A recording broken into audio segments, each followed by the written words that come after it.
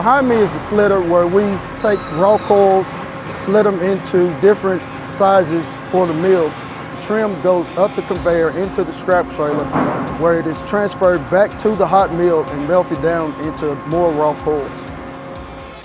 Once that process is done, the material handler is going to feed the coal into the mill entry.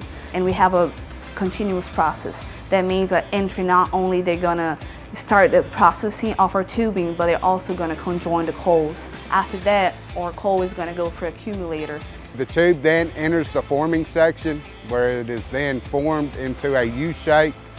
It goes into the fin section to where the strip is aligned, prepared, and clean to be welded. After that, we can either shape it into the rounds that initially it was, or change it into squares and rectangles.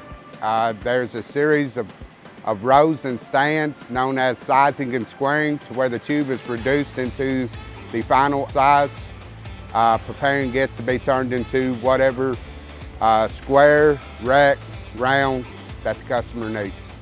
The material is then going to be cut by the saw, by the lengths that's required by the customer or standards for stock, and is bundled.